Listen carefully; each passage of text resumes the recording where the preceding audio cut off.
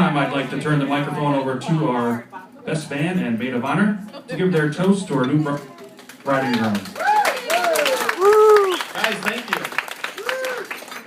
All right, on behalf of the bridal party, I'd like to first thank everybody for coming out. It of course means a ton to the couple that you're all able to make it here today. It especially means a lot to me, for those of you who knew I'd be speaking and came anyway.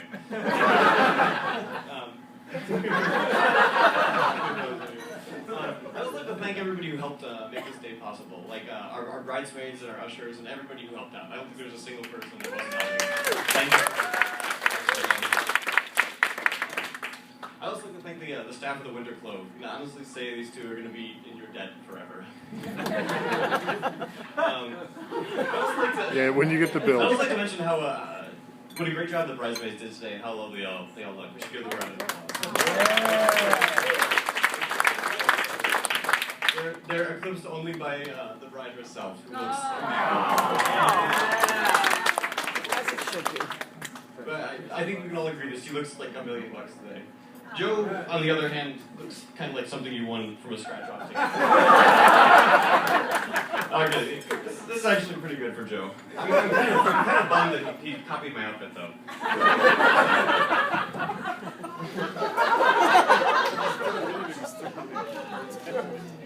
Sorry, I can't read this. What is this? All right. For those of you who don't know me, I'm Patrick. I'm a friend of the couples for like the last decade, and I'm Joe's best man today. And I'm super honored to be here. I don't think there's anybody who would not be. It's extreme honor.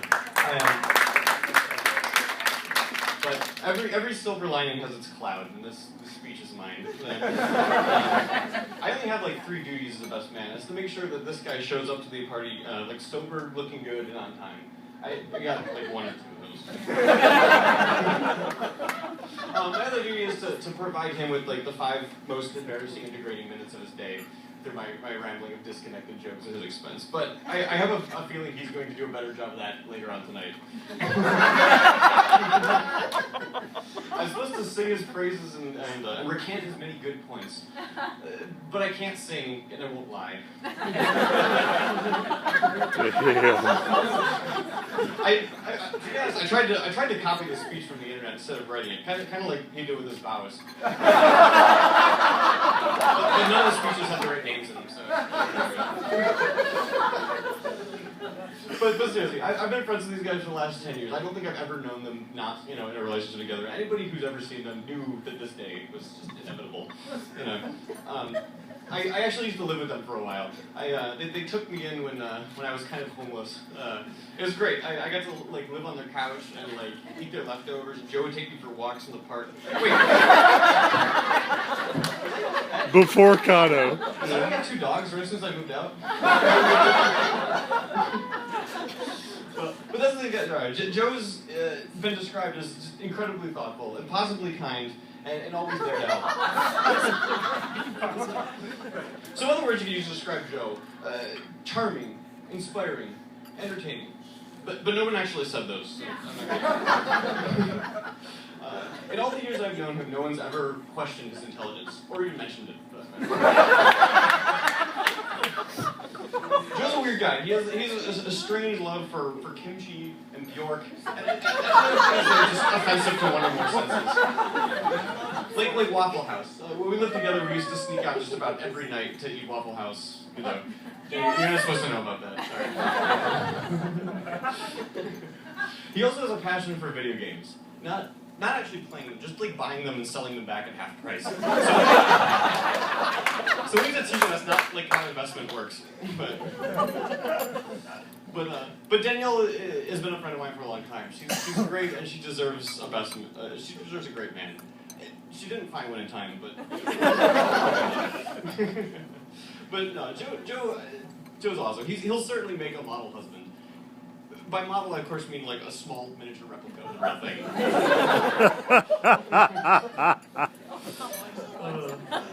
I kid you. Joe's great. Joe's real only flaws is not providing me with enough material to ridicule. I'm sure I speak on behalf of everybody when I wish you all the best of luck in your married life. These two have decided to be together until death do them part, which I don't think was a good idea. You shouldn't have given Danielle that out.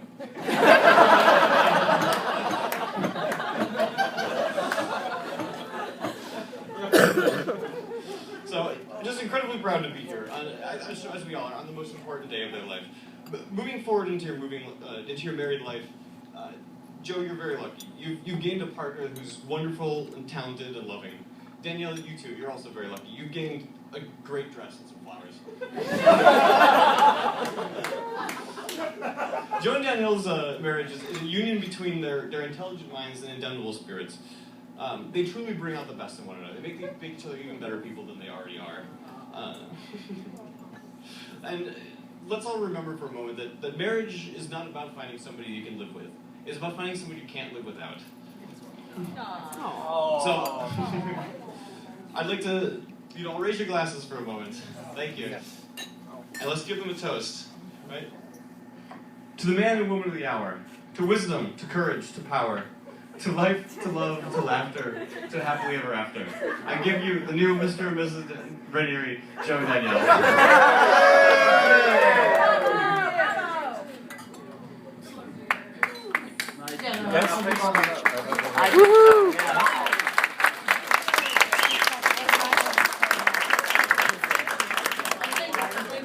Part of this is I can tell that Joe's going absolutely crazy because of all these cards. He probably wants to stack them.